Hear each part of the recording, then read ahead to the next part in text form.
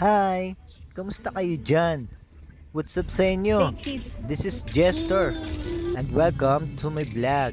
So ngayon, nandito na naman kami sa kalsada, binabaybay namin yung EDSA, pupunta kami sa SM North. Meron kasing bagong bukas na Dinoland dyan at nandito na nga kami sa parking lot. Upon exit ang pagbayad ng parking dito. Ayun, paunahin muna natin sila, madam. Inabot yata kami sa pinakataas, humanap ng parking.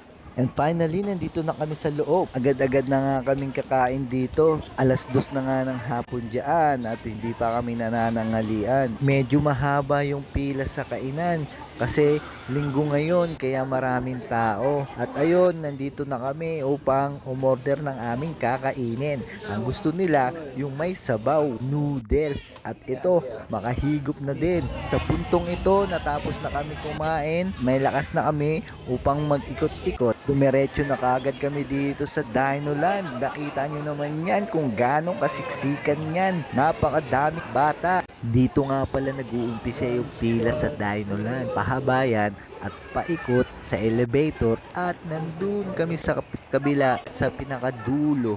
Naisip namin na dalhin na lang yung mga bata dun sa harapan ng Dinoland. Meron din naman dino doon, makikita nila. At ayan, natakot nga si Jessler dyan. At dito, lumipat na lang kami dito. Pinapasok kami agad. At least, makakapaglaro na sila. Next time na lang kami pupunta doon. At ayan na nga, agad-agad, nagsuot na siya ng bumbero. At meron pa siyang isda ang hawak.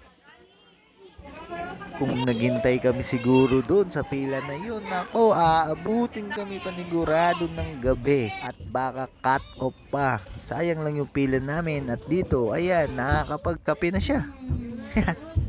At yung bunso pala namin, ayun, nandun, naiwan sila sa labas kasi kanina tulog yan. At meron pala kaming doktor dito. Ayan, oh, nag-check muna siya ng mga gamit niya dyan. At ayan, kasama niya si Ate Jeya. Busy sila sa kakagamot ng mga babies. At this time, it's time. Ayan na, iyakan na po kami dyan. Kailangan, kakargahin mo talaga eh. Oh, tingnan mo, ayaw magpapigil. At bandang uli, tulog. Nag-enjoy din naman ng mga bata